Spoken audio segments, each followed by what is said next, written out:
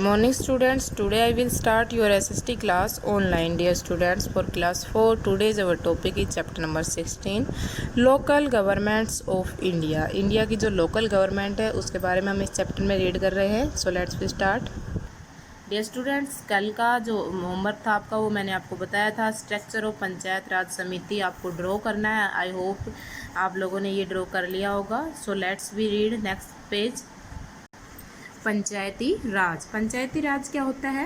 In village there is a 3 tier system of government called panchayati raj. जो गांव होता है उसके अंदर 3 टायर सिस्टम होता है गवर्नमेंट का, वो क्या कहलाता है? पंचायती राज कहलाता है. It works as 3 level. वो 3 लेवल पर कार्य करता है. एक तो होता है the gram panchayat at the village level. Gram panchayat होती है गाँव के लेवल पर द पंचायत समिति एट द ब्लॉक लेवल. जो पंचायत समिति होती है वो किस लेवल पर होती है? ब्लॉक लेवल पर होती है. द जिला परिषद एट द डिस्ट्रिक्ट लेवल. जो जिला परिषद होती है वो किस लेवल पर होती है? डिस्ट्रिक्ट लेवल पर.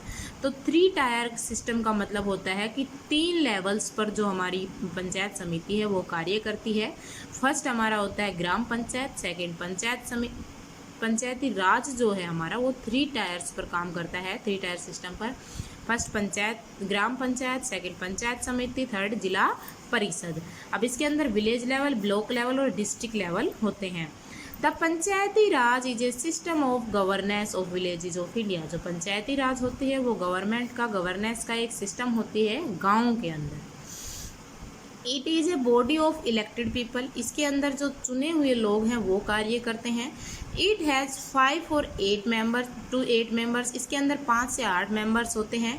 Each member of gram panchayat is called panch. जो ग्राम पंचायत का हर एक मेंबर होता है, जैसे 5 या 8 जो भी मेंबर होते हैं वो क्या कहलाते हैं? पंच कहलाते हैं.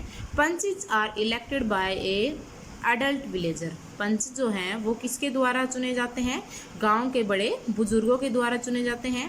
A panchayat looks after the welfare of the village. जो पंचायत होती है वो गांव के अंदर सुख शांति या फिर जो भी कार्य होते हैं उनको देखती है panchayat. A block is made of 40 villages. Block जो होता है वो 40 गांव से मिलकर बना होता है, जिसके अंदर 40 गांव आते हैं. ए पंचायत समिति रूल्स ईच ब्लॉक. पंचायत समिति जो होती है वो हर ब्लॉक के लिए रूल्स बनाती है. Many blocks from A district और जिला. एक डिस्ट्रिक्ट में या एक ज़िले में बहुत सारे ब्लॉक्स हो सकते हैं. The public work agriculture, health, education, child and women welfare etcetera in the district are looked after by the Zila Parishad. अब क्या होता है कि पब्लिक वर्क, चाहे वो एग्रीकल्चर का हो, हेल्थ का हो, एजुकेशन का हो, चिल्ड्रंस का हो या वुमेन वेलफेयर का हो, वो किसके द्वारा देखा जाता है? जिला परिषद के द्वारा.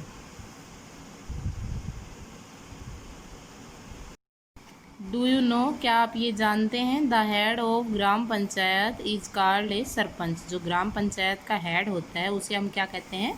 सरपंच कहते हैं. नेक्स्ट है local self government in urban area. जो अर्बन एरियाज होते हैं, शहरी जो क्षेत्र होते हैं, उनके अंदर जो लोकल सेल्फ गवर्नमेंट होती है वो क्या होती है? Facilities such as drinking water, electricity, hospital, school, public parks and clean and well it road are provide under the local self government. क्या होता है कि जो शहरी जो क्षेत्र होता है उसके अंदर इलेक्ट्रिसिटी की या वाटर की, हॉस्पिटल, स्कूल, पब्लिक पार्क या जो क्लीनलीनेस है, साफ़ सफाई की जो जिम्मेदारी है वो किसकी होती है? लोकल सेल्फ गवर्नमेंट की होती है. इसके अंदर भी 3 रूप में कार्य करती है ये. Nagar panchayat, municipal community and municipal corporation. Nagar panchayat, municipal community and municipal corporation. Dear students, आपको क्या करना है? ये जो हमारा स्ट्रक्चर बनाया हुआ है, जो functions of the local self government in the urban area. Urban area के अंदर जो लोकल सेल्फ गवर्नमेंट होती है उसके जो कार्य होते हैं, जिन जिन चीज़ों पर वो कार्य करती है, इसका ये आपको डायग्राम अपनी फेयर नोटबुक के अंदर बनाना है. जैसे जो भी चीज़ें यहाँ पर बनाई हुई है, जैसे रोड्स है, लाइट्स हैं, वाटर की है, पार्क्स है, या जो भी वर्क किया गया है, स्कूल, हॉस्पिटल, जो भी चीज़ें हैं, ये सारी आपको क्या करनी है? आपकी फेयर नोटबुक में ये ड्रॉ करना है और उसके नीचे हेडिंग डालोगे functions of the local self government in the urban area. Urban area के अंदर, शहरी क्षेत्रों के अंदर जो लोकल सेल्फ गवर्नमेंट है उसके कौन कौन से कार्य होते हैं लोकल सेल्फ गवर्नमेंट के। So dear students, you also draw this diagram in your fair notebook. Thank you students, I hope you understand in this chapter. इस चैप्टर का जो रिमेनिंग पार्ट है बेटा वो हम नेक्स्ट क्लास में रीड करेंगे। आपका आज का वर्क इस डायग्राम को ड्रॉ करना है। So thank you Student of 4th class, a very good morning to all of you. Students, I am Simran ma'am, your English teacher. In previous class, we have done our reading part of the chapter 6th chapter. Our chapter name, The Pride of India. And students, now in this class, we will start our word power exercise A, B and C. So let's start. Word meaning. First है हमारी bill rate, BUILT, bill rate. Bill rate की Hindi meaning क्या होती है? बनाया। Made, MED, made इसका क्या हो जाएगा? Similar word. इसी तरह सारे हैं। सेकेंड है इम्पेरियर, EMPEROR, इम्पेरियर। इम्पेरियर का मतलब होता है सम्राट, किंग। थर्ड है अनलक्कीली, UNLUCKILY, अनलक्कीली, बदकिस्मती। सिमिलर वर्ड क्या हो जाएगा? सैडली। फोर है मिनरेट्स,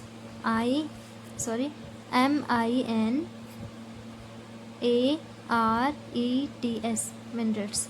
मिनरेट्स का हिंदी मीनिंग क्या हो जाएगी? मीनारे। और सिमिलर वर्ड क्या हो जाएगा? Towers, TOWERS, towers. फिफ्थ है डोम, DOME, डोम। डोम की हिंदी मीनिंग होती है गुम्बद। Arrest part of ceiling, ARCHED, arrest, PART, part, ceiling, CEILING, ceiling.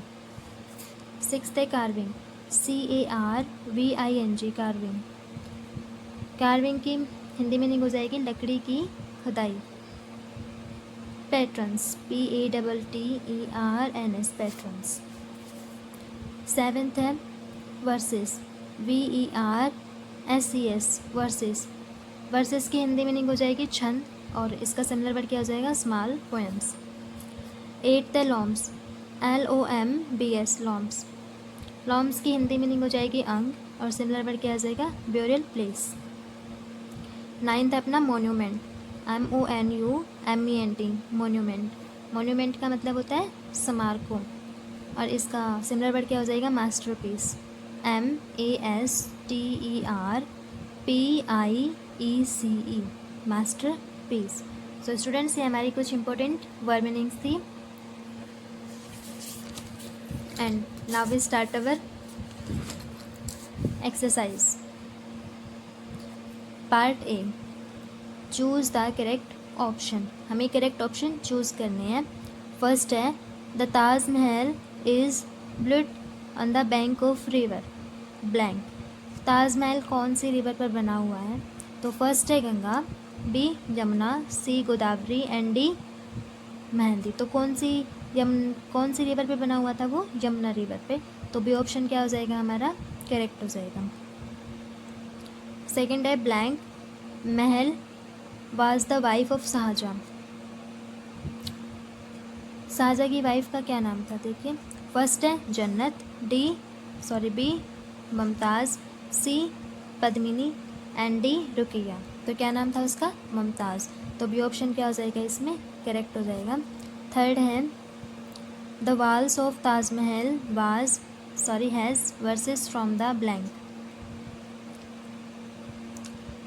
Taj Mahal की जो वॉल्स हैं वो किसके द्वारा बनाई गई हैं? किससे ली गई हैं? तो फर्स्ट है कुरान, सेकंड गीता, थर्ड है वेदास एंड D रामायण। तो किससे ली गई है? वो कुरान से ली गई। तो ऑप्शन क्या हो जाएगा हमारा? करेक्ट हो जाएगा। फोर्थ है it look blank years to build the Taj. कितने साल लगे थे इसे बनने में? A है 13, B है 20, C है 22 एंड D है 19। तो कितने ईयर्स लगे थे उसको? 20। तो बी ऑप्शन क्या हो जाएगा हमारा? करेक्ट हो जाएगा। फिफ्थ है the beauty of Taj Mahal can be enjoyed the most on blank. Taj Mahal की ब्यूटी को सबसे ज़्यादा किस तरह इंजॉय किया जा सकता है? तो A है नो मून, B है हाफ मून, C है फुल मून एंड D है नन ऑफ दिस। तो कौन से में? फुल मून में हम ताजमहल की ब्यूटी को बहुत अच्छे से इंजॉय कर सकते हैं। तो सी ऑप्शन क्या हो जाएगा हमारा? करेक्ट हो जाएगा। एंड तो let's start our part B. Write T for true and F for false statements. हमें टी राइट करना है ट्रू स्टेटमेंट्स के लिए और एफ राइट करना है फॉल्स स्टेटमेंट्स के लिए. देन फर्स्ट है the Taj Mahal is counted among the 7 wonders of the world. दुनिया के जो 7 अजूबे हैं उनमें ताजमहल को काउंट किया जाता है. तो ये स्टेटमेंट क्या हो जाएगी, ट्रू हो जाएगी, क्योंकि हमारे इंडिया से 7 वंडर्स में से ताजमहल एक वंडर है. सेकेंड है Raman went to Agra to the visit the Taj Mahal. Raman Agra गया था किसकी विज़िट करने के लिए, ताजमहल की विज़िट करने के लिए. तो ये स्टेटमेंट क्या हो जाएगी हमारी, ट्रू हो जाएगी. थर्ड है it is situated on the banks of the river Yamuna is Bihar. Bihar में थोड़ा सिचुएटेड है, वो कहाँ पर है, आगरा में. तो ये स्टेटमेंट क्या हो जाएगी हमारी, फॉल्स हो जाएगी. फोर्थ है it has tombs of Shah Jahan and Mumtaz Mahal also. इसको किस चीज़ का वो माना जाता है प्रतीक, शाहजहाँ का और मुमताज़ महल का. तो ये क्या है हमारी स्टेटमेंट, ट्रू है. इन दोनों का ही क्या माना जाता है, ये माना जाता है, टर्म्स माना जाता है. लास्ट पार्ट है अपना part C, filling the blanks with suitable words from the help box. हमें ब्लैंक फिलअप करने हैं. फर्स्ट है blank is known in the world of its marble structures of the Taj Mahal. कौन सी कंट्री को जाना जाता है, तो इंडिया. तो India is known in the world of its marble structures of the Taj Mahal. Second है देयर आर 4 टाल ब्लैंक ऑन द 4 कॉर्नर्स. तो किसके कॉर्नर्स पे थे, मिनरेट्स के कॉर्नर्स, मिनरेट्स के कॉर्नर्स पे थे. तो सेकेंड ब्लैंक में क्या आ जाएगा हमारा, मिनरेट्स. थर्ड है you can also see green lawns with blank in a row. तो किसकी रो में था, फाउंटेन्स. थर्ड ब्लैंक में क्या आ जाएगा, फाउंटेन्स. फोर्थ है we should try to blank of its our national monument. हमें अपने नेशनल मोन्यूमेंट को क्या करना चाहिए, सेव करना चाहिए. तो फोर्थ ब्लैंक में क्या आ जाएगा, save. So students I hope you will understand this word meanings and its exercise. This word meanings and its exercise write in your notebook and learn also. Thank you and have a nice day. Good morning student, myself Bala ma'am from MLP International School Rajpura. Dear student, now we start our math online classes for class 4th. And dear student, previous class we have done our exercise 6.1 and now we do our exercise 6.2. And in this exercise we have first question, right the first 5 multiple of the following. बेटा हमें first 5 multiples लिखने हैं. बेटा 6.1 exercise में हमने बताया था multiples क्या होते हैं, कि हमें जो नंबर दिया होता है उसकी टेबल लिखनी होती है. तो जो जैसे 5 1 जा 5, 5 2 जा 10, 15, 20, इस तरह से जो भी आएंगे 5 10 15 ये इसके मल्टीपल्स हैं टेबल में. So now we start and our first question is write the first 5 multiple of the following. हमें फर्स्ट 5 मल्टीपल लिखने हैं, मतलब पहले 5 मल्टीपल्स, मतलब टेबल लिखनी है. देखो बेटा 5 को पूछे तो हमें 5 को हम उसमें इंक्लूड नहीं करते, दूसरे डिजिट से 5 1 जा 5 उसको इंक्लूड नहीं करेंगे, या तो आप 6 तक लिखें.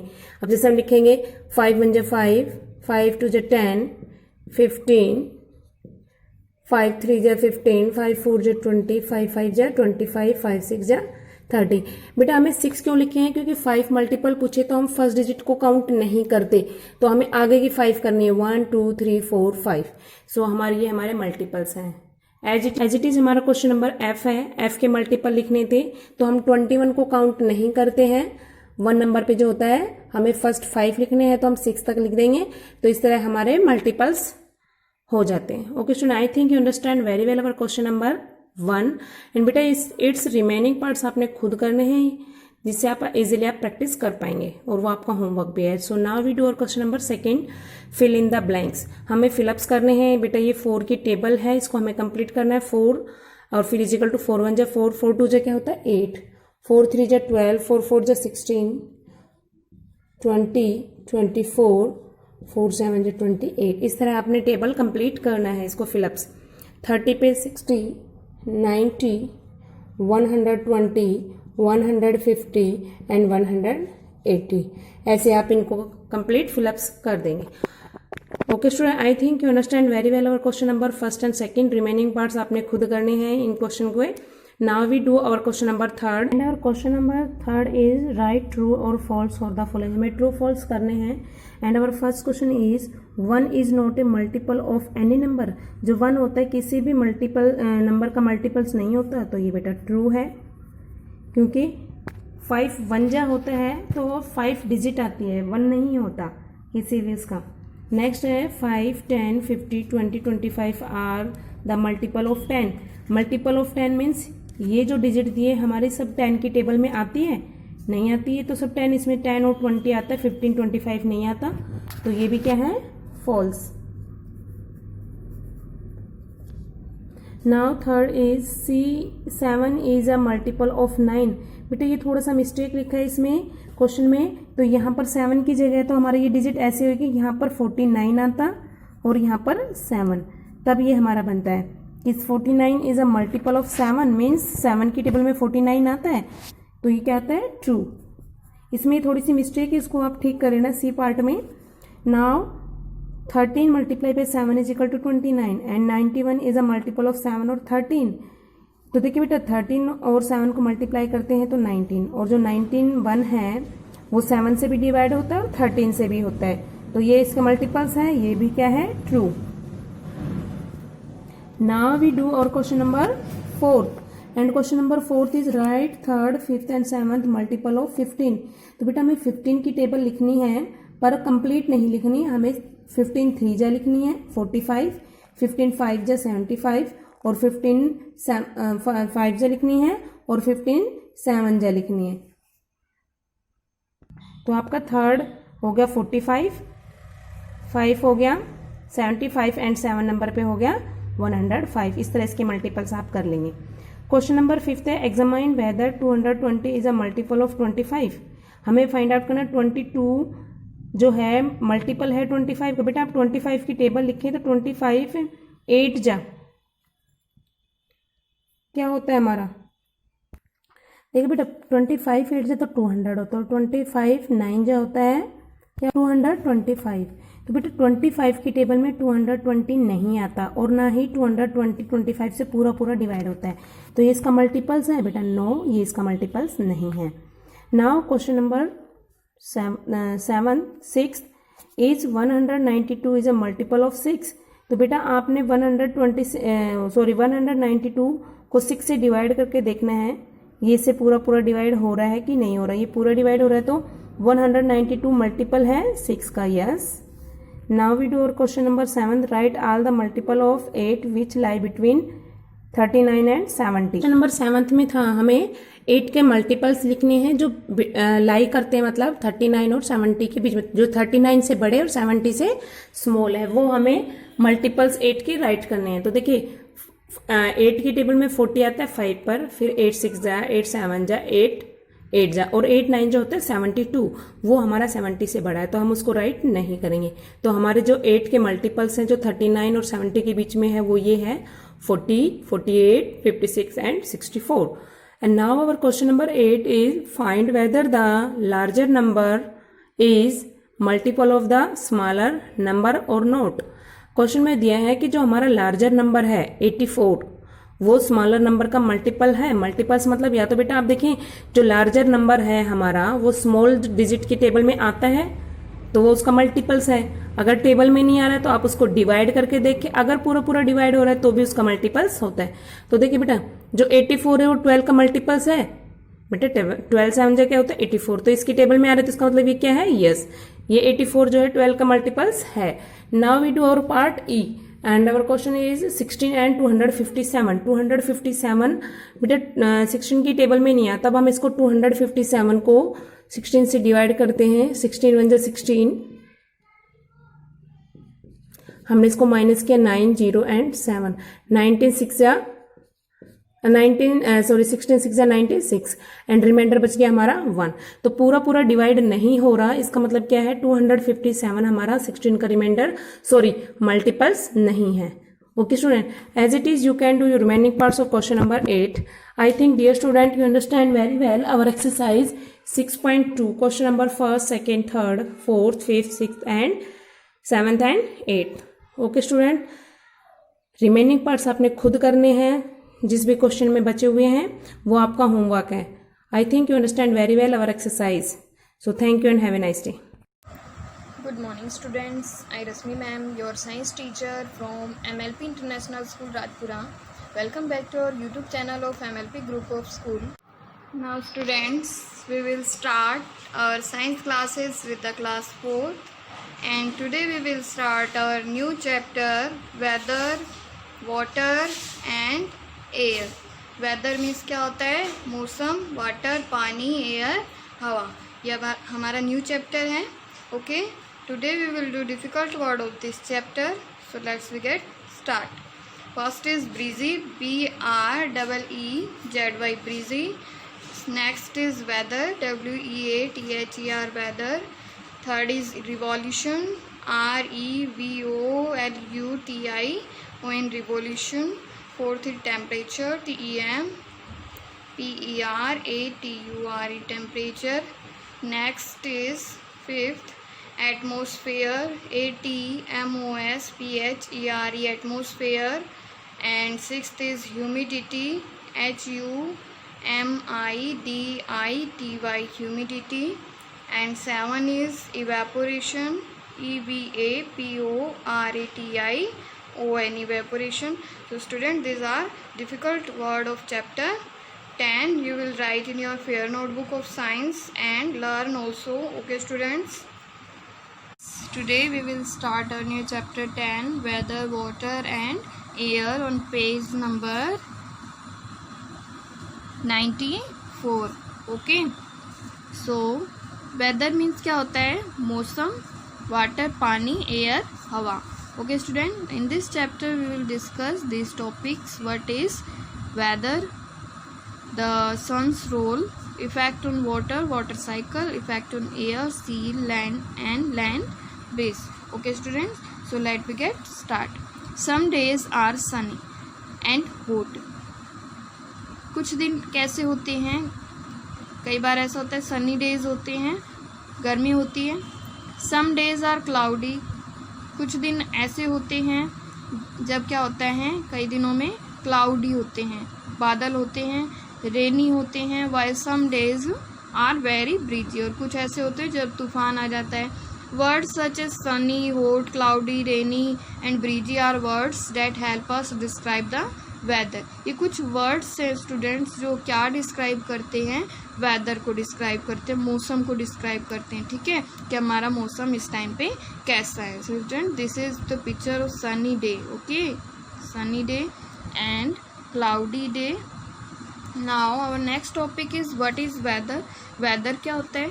Weather is the state of atmosphere at a particular time. Weather वो स्टेट है, वो अवस्था है वातावरण की किसी पर्टिकुलर टाइम या पर्टिकुलर प्लेस पे. कैसा मौसम है, कैसा वेदर है, वो पता चलता है. It is the temperature. ये क्या होता है? टेम्परेचर होता है तापमान. And other outside condition such as breeze, ये बाहर की कंडीशन होती है वेदर, जैसे breeze, rain, cloud at a particular time and place.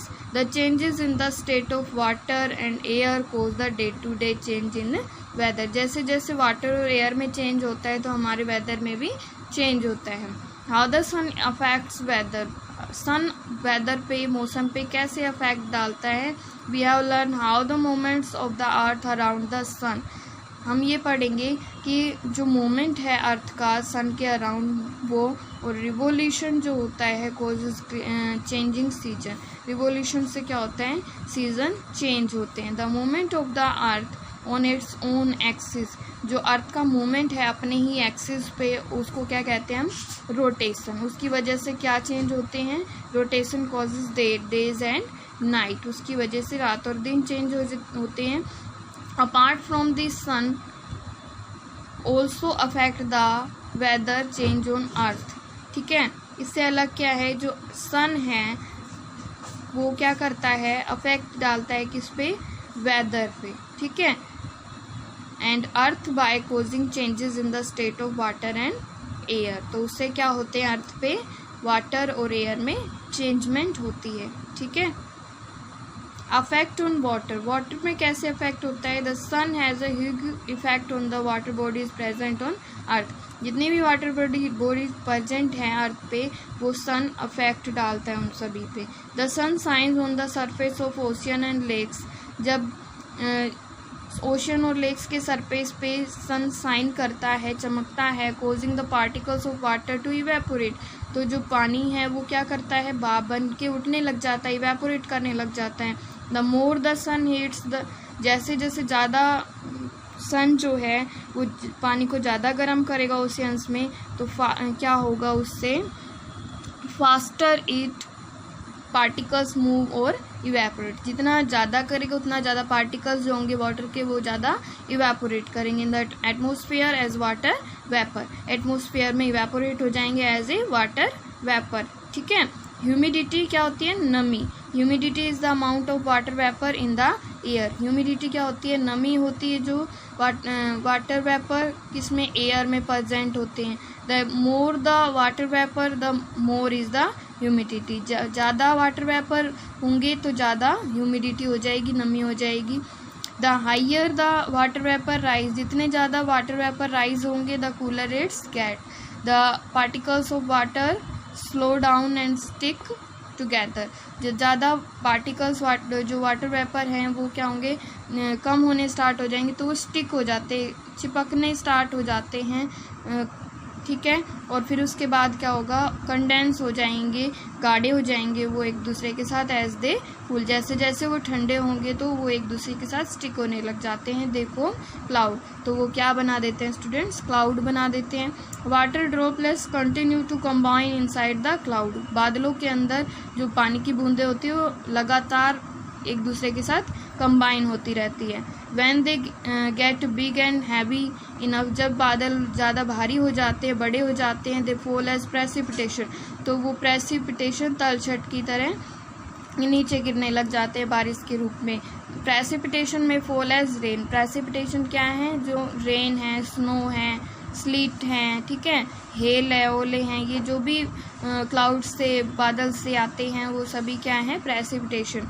Over land it falls on to the ground, ये क्या करते हैं, ग्राउंड पे गिरते हैं। इनटू रिवर्स एंड लेक्स, कहाँ कहाँ जाते हैं, रिवर्स और लेक्स में। Some of the water seeps into the soil, कुछ जो पानी होता है बारिश का वो सॉइल के अंदर चला जाता है, मिट्टी में चला जाता है। To add to the ground water, और किस में ऐड हो जाता है, ग्राउंड वाटर के अंदर।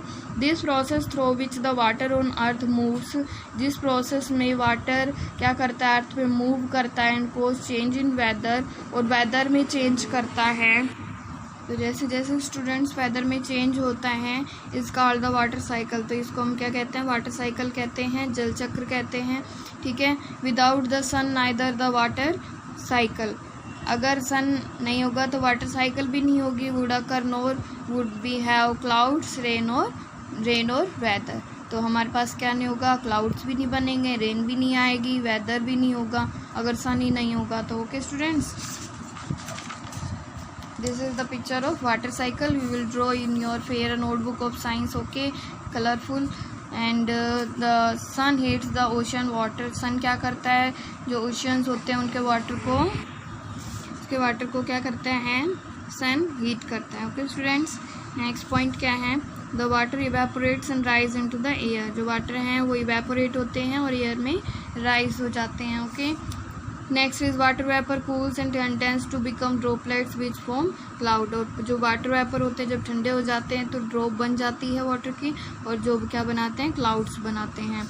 व्हेन इनफ वाटर कंडेंस, जब ज़्यादा पानी जो है कंडेंस होता है तो ड्रॉपलेट्स बिकम हैवी, तो ज़्यादा ड्रॉपलेट्स कलेक्ट हो जाती है क्लाउड्स के अंदर, तो जो क्लाउड्स होते हैं वो हैवी हो जाते हैं। Fall to the ground as rain and snow, तो बारिश की बूंद के रूप में और स्नो के रूप में वो अर्थ पे आ जाते हैं। Some rain seeps into the soil to form ground water, कुछ बारिश का पानी है जो ग्राउंड में चला जाता है, ग्राउंड वाटर बन जाता है। The rest flow through reverse back into the ocean, और कुछ जो है ओशन में दोबारा से चला जाता है, रिवर्स में चला जाता है। Okay students, this is the completely water cycle. Okay, you will read this topic up to water cycle. Okay, and thank you, have a good day. Students, मैं मुकेश मैडम, आपकी हिंदी अध्यापिका MLP इंटरनेशनल स्कूल राजपुरा से। बच्चों, मैं करा रही हूँ कक्षा 4 का पाठ 7 साहस की जीत। ये पाठ मैंने आपको कल पढ़ा दिया था, आपकी समझ में आ गया होगा। आज मैं इसके अभ्यास कार्य आपको कराऊंगी। हमारे लिखित प्रश्न में पहला प्रश्न है, सही उत्तर पर सही का निशान लगाओ। विल्मा ने कौन से सन में आत्मकथा लिखी? 1972 में, 1977 में या 1976 में? सही उत्तर होगा 1977 में। अगला प्रश्न है, विल्मा ने ओलंपिक खेल में 3 स्वर्ण पदक कब जीते? 1960 में, 1965 में या 1962 में?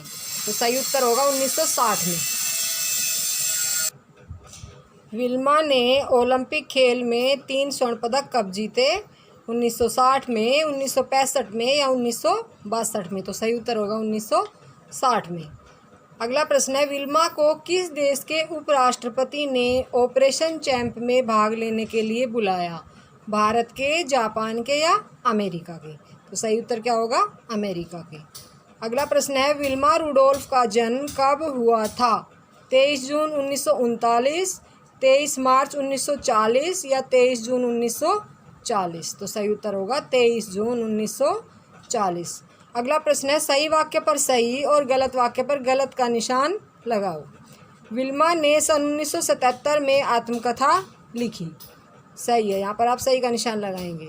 विल्मा के जीवन से हमें जीने की प्रेरणा मिलती है, ये भी सही है, यहाँ भी सही का निशान लगाएंगे। विल्मा के माता पिता अमीर थे, ये गलत है, उनके माता पिता क्या थे? बहुत ही गरीब थे। विल्मा बचपन से ही विकलांग थी, ये भी सही है, इस पर भी आप सही का निशान लगाएंगे। विल्मा कुछ समय बाद अपने पैरों पर चलना सीख गई थी, ये भी बात बिल्कुल सही है। विल्मा 12 वर्ष की उम्र में अपने पैरों पर चलना सीख गई थी, तो यहाँ पर भी आप सही का निशान लगाएंगे। अगला प्रश्न है, सही मिलान कीजिए। विल्मा का जन्म 23 जून 1940, इससे आप मिलाएंगे। माता पिता गरीब थे। स्वर्ण पदक कितने जीते? 3। आत्मकथा लिखी 1977 में। उपराष्ट्रपति कौन थे? Hubert Humphry. अब यह पहले भाषा और व्याकरण करेंगे, उसके बाद प्रश्नोत्तर करेंगे। अनेक शब्दों के लिए एक शब्द लिखो जिसके किसी अंग में दोष हो, उसे कहेंगे अपंग। जिसके आने की तिथि न हो, उसे कहते हैं अतिथि। किसी व्यक्ति की अपने द्वारा लिखी गई जीवनी, उसे कहते हैं आत्मकथा। जो कभी न थके, उसे कहते हैं अथक। जो परिश्रम करता हो, परिश्रमी। जिसका कोई न हो, उसे कहेंगे अनाथ। वाक्य के अनुसार रंगीन शब्द के सही अर्थ पर सही निशान लगाना है। मधु ने हीरे का हार बनवाया है। हार, इसमें हार को कपड़ा कहेंगे, माला कहेंगे, पराज्य कहेंगे या हार कहेंगे? तो जो हार हीरे का हार होता है, पहनने का होता है, तो उसको हम क्या कहेंगे? माला। तो यहाँ माला पर सही का निशान लगाना है। कारगिल के युद्ध में पाकिस्तानियों की हार हुई, इसका अर्थ है पराजय। युद्ध में हार होना मतलब पराजित होना, तो यहाँ पर आप पराजय पर सही का निशान लगाएंगे। अर्जुन कुंती के लाल थे, यहाँ लाल से मतलब पुत्र से है, तो यहाँ पर पुत्र पे सही का निशान लगाएंगे। रेखा ने आज लाल साड़ी पहनी है, यहाँ जो लाल शब्द है वो रंग के लिए इस्तेमाल हो रहा है, तो यहाँ पर हम रंग पर सही का निशान लगाएंगे। लड़के और लड़की में भेद नहीं करना चाहिए, यहाँ भेद का मतलब क्या है? अंतर, तो यहाँ पर हम अंतर पे सही का निशान लगाएंगे। निम्नलिखित शब्दों का उनके विलोम शब्द से मिलान करो। उन्नति का विलोम होता है अवनति, निराशा का विलोम होता है आशा, सफलता का विलोम विफलता और समान का विलोम होता है असमान। अभी हम प्रश्नोत्तर करते हैं। हमारा पहला प्रश्न है, विल्मा के जन्म के समय कौन सी नीति जोरों पर थी? सही उत्तर होगा विल्मा के जन्म के समय रंग भेद की नीति जोरों पर थी। अगला प्रश्न है, विल्मा ने कठिनाइयों पर किस तरह विजय प्राप्त की? उत्तर होगा साहस, परिश्रम, धैर्य और लगन से विल्मा ने कठिनाइयों पर विजय प्राप्त की। अगला प्रश्न है, विल्मा का जन्म कब और कहाँ हुआ था? उत्तर होगा विल्मा का जन्म 23 जून 1940 को क्लार्कविले, टेनेसी, अमेरिका में हुआ। अगला प्रश्न है, विल्मा के जीवन से हमें क्या प्रेरणा मिलती है? उत्तर होगा विल्मा के जीवन से प्रेरणा मिलती है कि प्रयत्न एवं परिश्रम द्वारा व्यक्ति अक्षम होते हुए भी सक्षम हो सकता है। अगला प्रश्न है, विल्मा कौन कौन सी बीमारियों से ग्रस्त हो गई थी और क्यों? उत्तर होगा, विल्मा उचित देखभाल न होने के कारण चेचक, गलगंड, निमोनिया तथा लाल बुखार जैसी बीमारियों से ग्रस्त हो गई थी। लास्ट प्रश्न है, विल्मा की बहन कौन थी और कौन सा खेल खेलती थी? उत्तर होगा, विल्मा की बहन योलांडा थी और वह बास्केटबॉल खेलती थी। तो बच्चों, ये मैंने आपको पार्ट 7 का अभ्यास कार्य कराया है। आप सभी को ये अभ्यास कार्य अपनी नोटबुक में सुंदर राइटिंग में लिखना है और याद करना है। तो बच्चों, कल फिर मिलते हैं, तब तक के लिए धन्यवाद। Good morning student, welcome you to online class MLP School Rajpura. I am Poonam. Today I teach you computer definition, parts and function.